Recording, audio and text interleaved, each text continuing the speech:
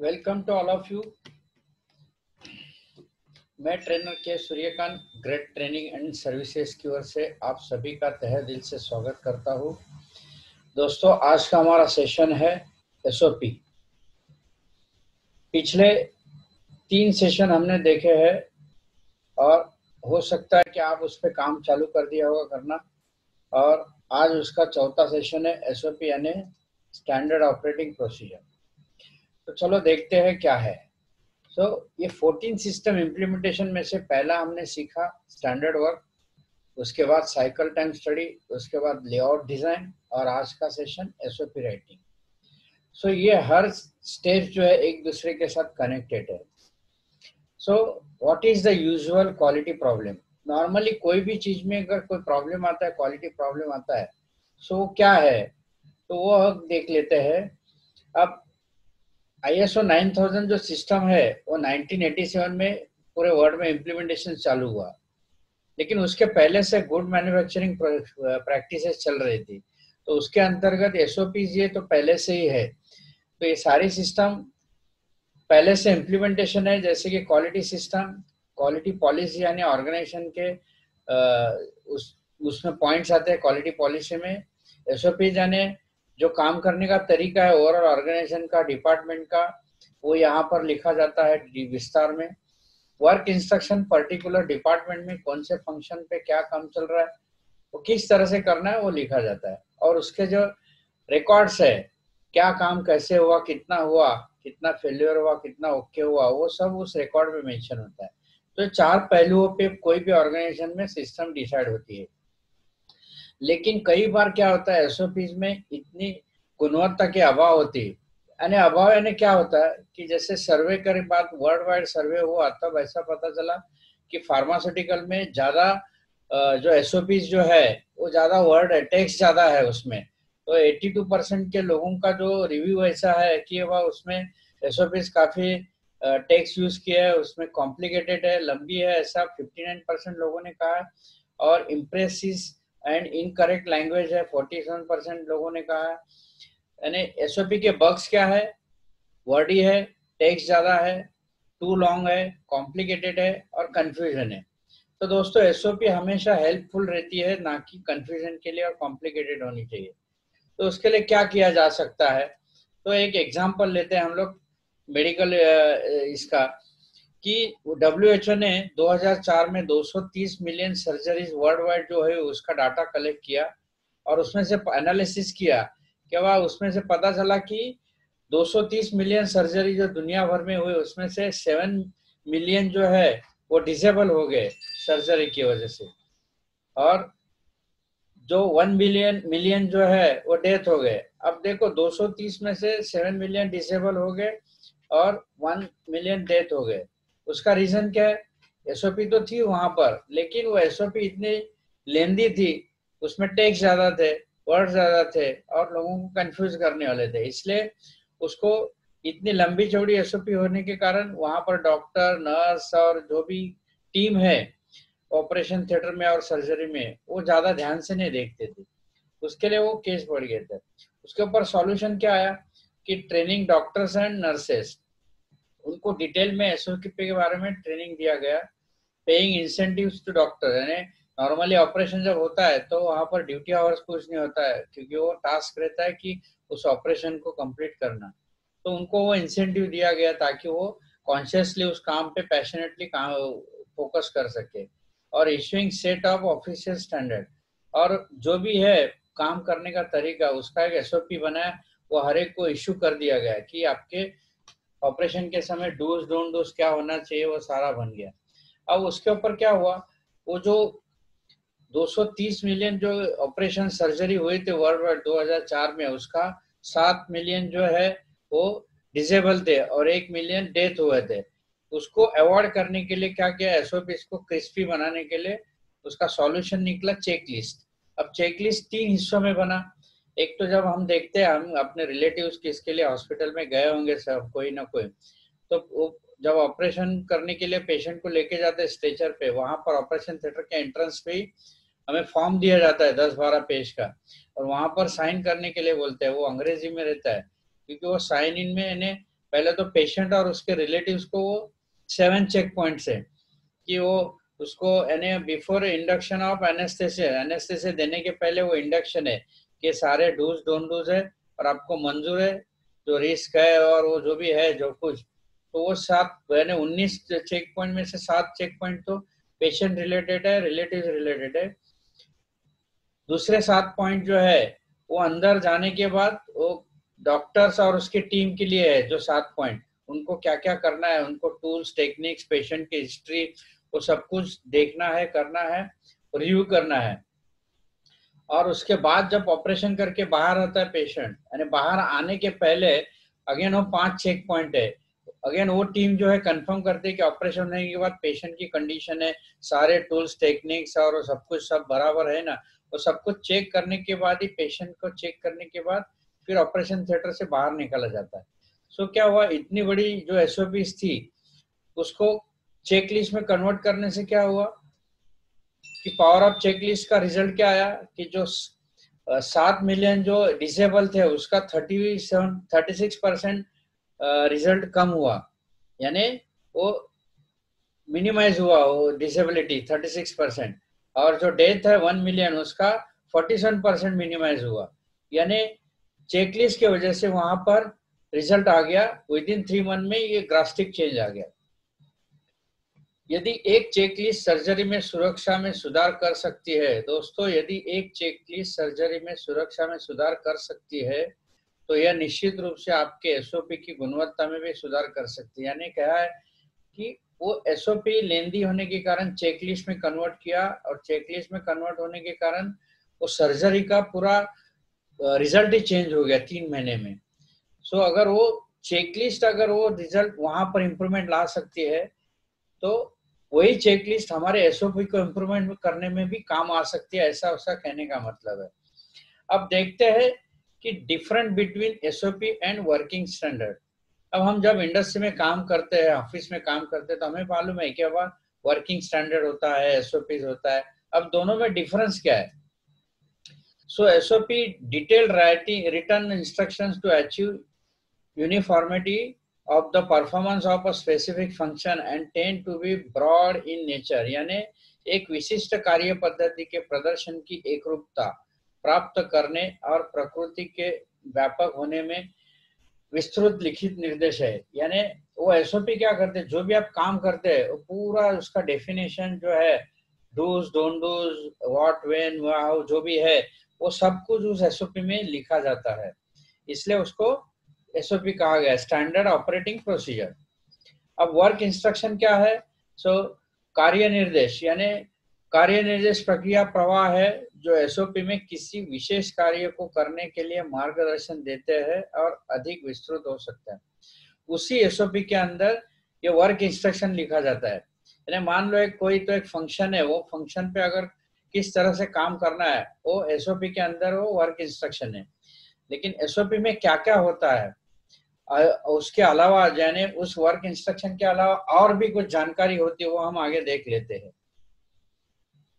So writing the SOP first map the process at the end, यानी कोई भी काम का अगर डिपार्टमेंट का एसओपी बनाना है तो सबसे पहले उसका मैप बना लो, यानी लैडर डायग्राम हम जैसे कहते हैं कि जो ब्लॉक्स डायग्राम है कि इस डिपार्टमेंट के साथ कितने डिपार्टमेंट इंटरकनेक्टेड है वो सबका ब्लॉक बनाओ।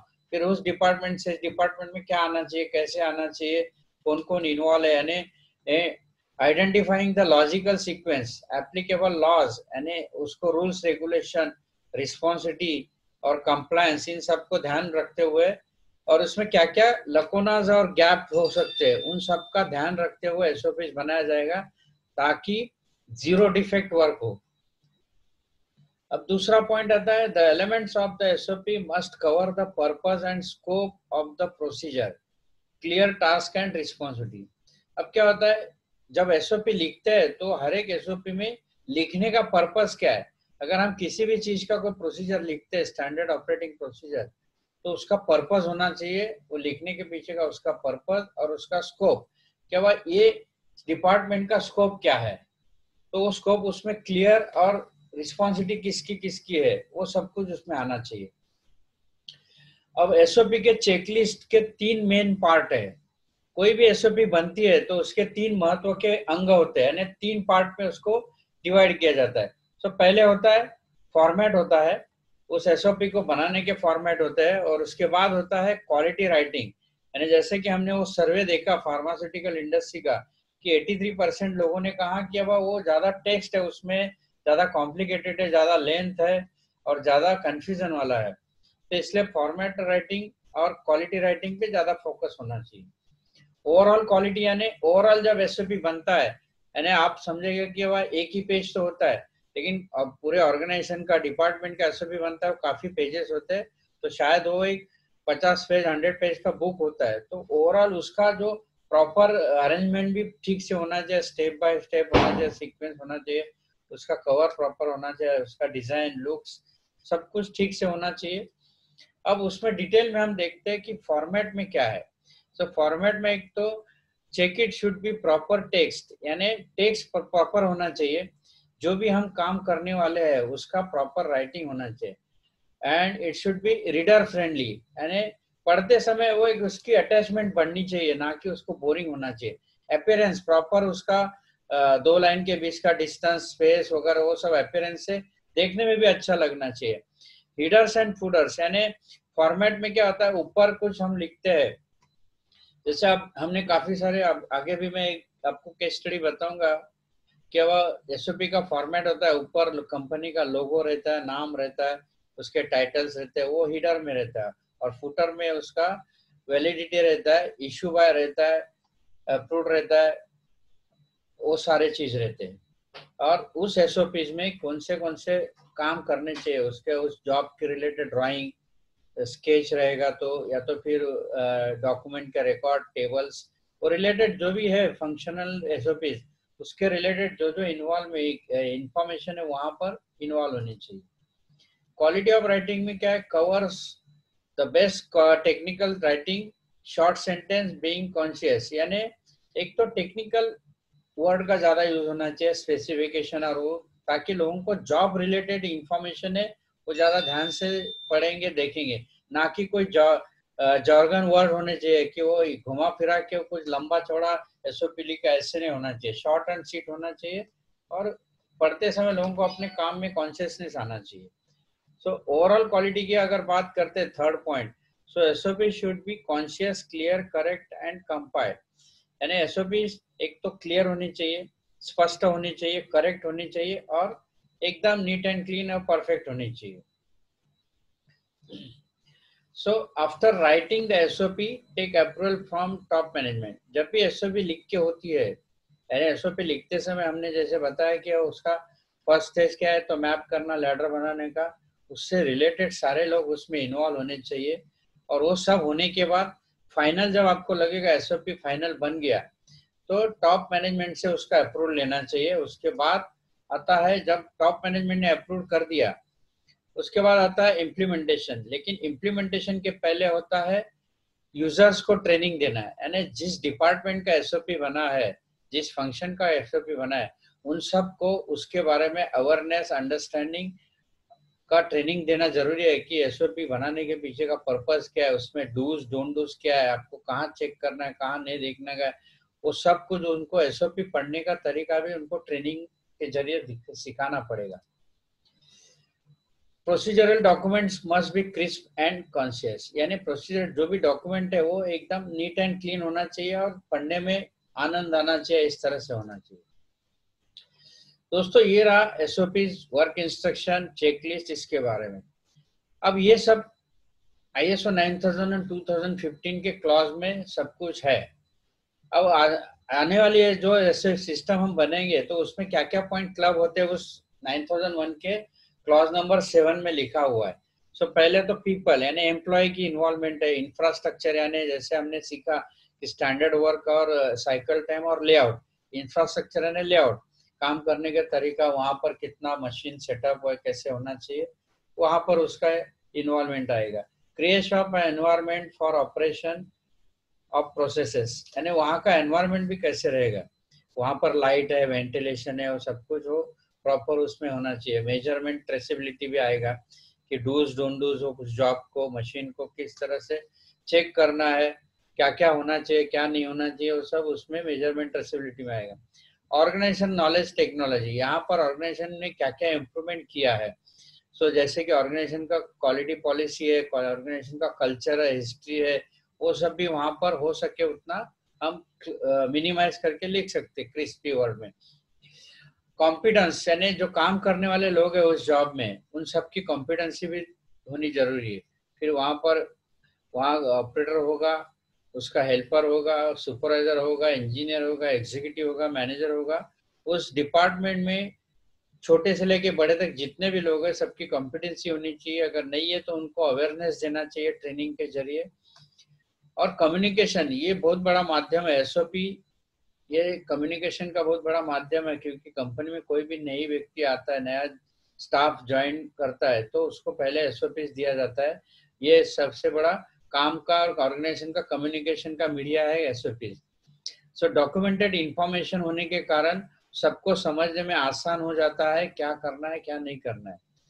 क्रिएटिंग एंड अपडेटिंग, यानी कोई भी एसओपी क्रिएट करते समय, उसको अपडेट करते समय क्या क्या ध्यान रखना है वो भी इसमें बताया गया है।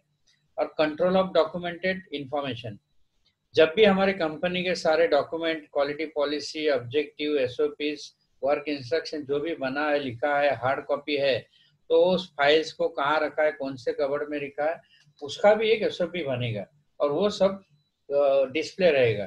तो ये छोटी छोटी बातों को यहाँ पर ध्यान दिया गया है। तो सैंपल एसओपी स्ट्रक्चर क्या होता है? एक एसओपी बनते समय ये 10 पॉइंट वहां पर इन्वॉल्व होते हैं।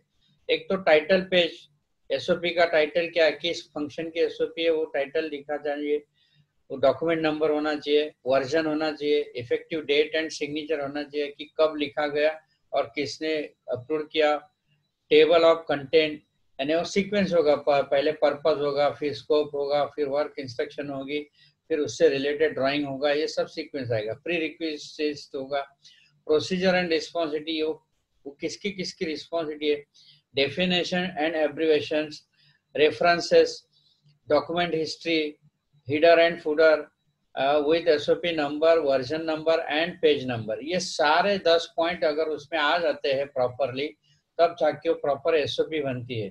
अब देखते हैं उसके ही कुछ हम लोग केस स्टडी देखते हैं आगे। Right SOPs for people who perform under different interpersonal circumstances. SOPs किसके लिए लिखना है? जो लोग कंपनी के अंदर काम करते हैं और इंटर डिपार्टमेंट, उसके बाद हमारे एजेंसीज है उनके साथ भी कैसे बिहेव करने का, कैसे कम्युनिकेशन करने का, ये सब के लिए एसओपीज होनी चाहिए। देखते हैं, पहला तो है SOPs for people who work alone, जो इंडिविजुअल काम करते हैं उनके लिए भी एसओपीज होना चाहिए। मान लो कि एक लेथ मशीन है या तो मिलिंग मशीन है, वो एक मशीन पे एक ही वो इंजीनियर काम करेगा, तो उस इंजीनियर को जॉब लगाने से लेके जॉब को डिसमेंटल करने तक सारे एसओपीज वो एसओपीज में लिखा होगा कि मशीन सेटिंग कैसे करने का, क्रेन ऑपरेट कैसे करने का, पहले क्या सेफ्टी है, कौन सा क्या है, वो सब कुछ उसमें लिखा रहता है। दूसरा आता है SOPs for 2 or more people who work together as a team, यानी एक से ज्यादा लोग जहाँ काम करते हैं उसे टीम कहते हैं। तो टीम वर्क में कैसे काम करना, उसके लिए एसओपीज बनते हैं। फॉर एग्जाम्पल, जैसे हमने लेआउट में सीखा कि अब लेआउट जो होता है प्रोडक्ट और प्रोसेस का, प्रोसेस में सारे डिपार्टमेंट रहता है, इंटरपर्सनल कस्टमर सर्कमस्टेंसेस आता है, और प्रोडक्ट में आता है एक पर्टिकुलर प्रोडक्ट, उसमें फिर वो एक तो इंडिविजुअल परफॉर्मर होगा या तो फिर असेंबली लाइन होगी, यानी हु वर्क अलोन भी हो सकता है, और असेंबली लाइन होंगे तो टीम वर्क का काम होगा, तो वहां पर भी एसओपीज का होना जरूरी है।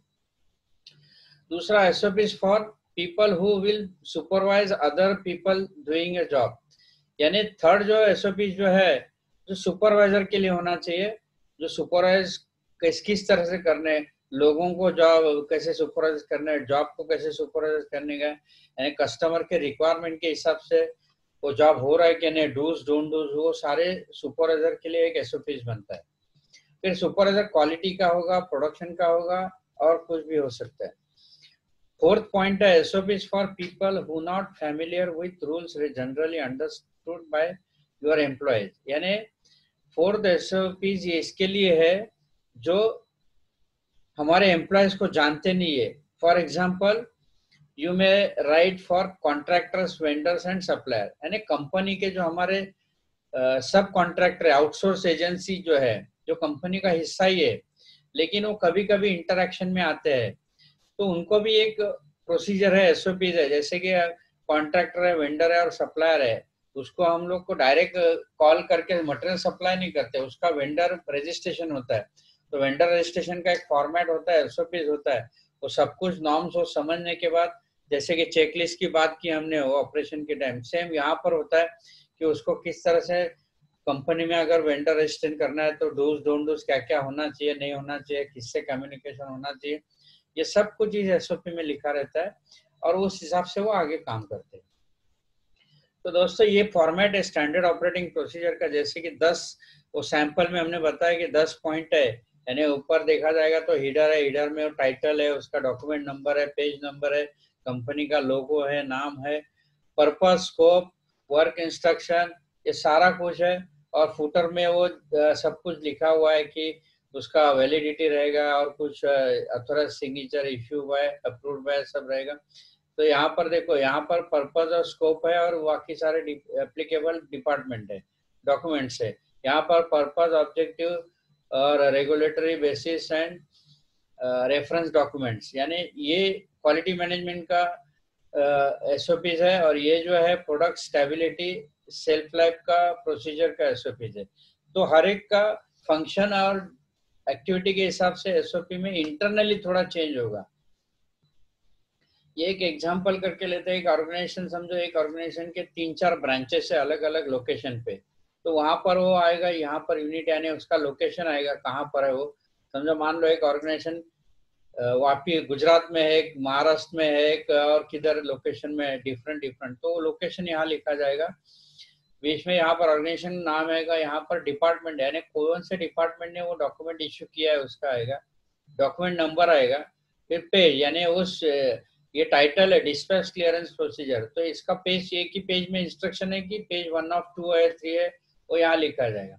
तो ये डॉक्यूमेंट इश्यू कब हुआ है, उसका नंबर यानी फर्स्ट डॉक्यूमेंट है, सेकंड है, उसकी डेट है, उसके बाद वो रिवीजन, इस डॉक्यूमेंट को फिर से कब रिव्यू किया जाएगा, उसकी डेट, और रिवीजन नंबर। यानी मान लो ये स्टेप्स इन प्रोसीजर है, इसके अंदर समझो ये 7 पॉइंट है, तो पर्टिकुलर पॉइंट नंबर 3rd को ही रिव्यू करना है, तो यहाँ लिखा जाएगा कि फर्स्ट रिवीजन, यहाँ पर फर्स्ट लिखा जाएगा, ताकि ये इस रिवीजन में हमने पॉइंट नंबर 3 को ही रिव्यू किया है, मॉडिफाई किया है।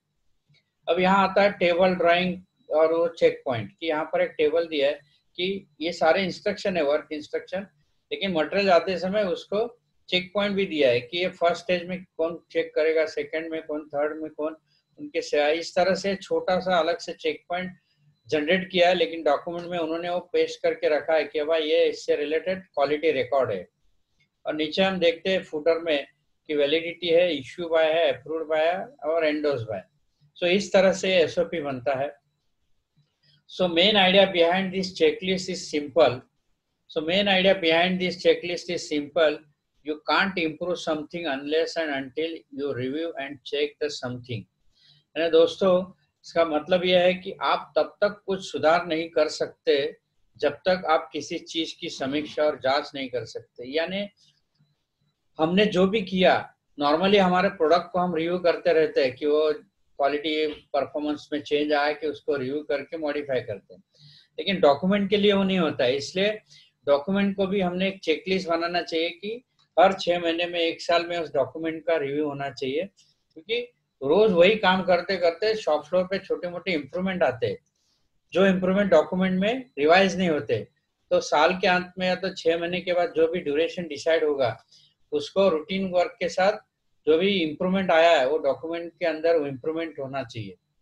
सो create a checklist to check the quality. So again वो डॉक्यूमेंट का रिव्यू करने के लिए भी एक चेकलिस्ट बनना चाहिए, ताकि एसओपी की भी क्वालिटी मेंटेन हो।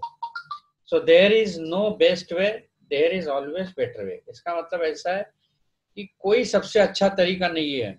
हम कहते हैं ना, कोई सबसे अच्छा तरीका नहीं है, लेकिन हमेशा एक बेहतर तरीका होता है। इसका मतलब ये होता है कि हम जब जनरल बातें करते हैं, देखते हैं, तो बोला सब कुछ ऐसा ही है, कुछ नहीं होने वाला।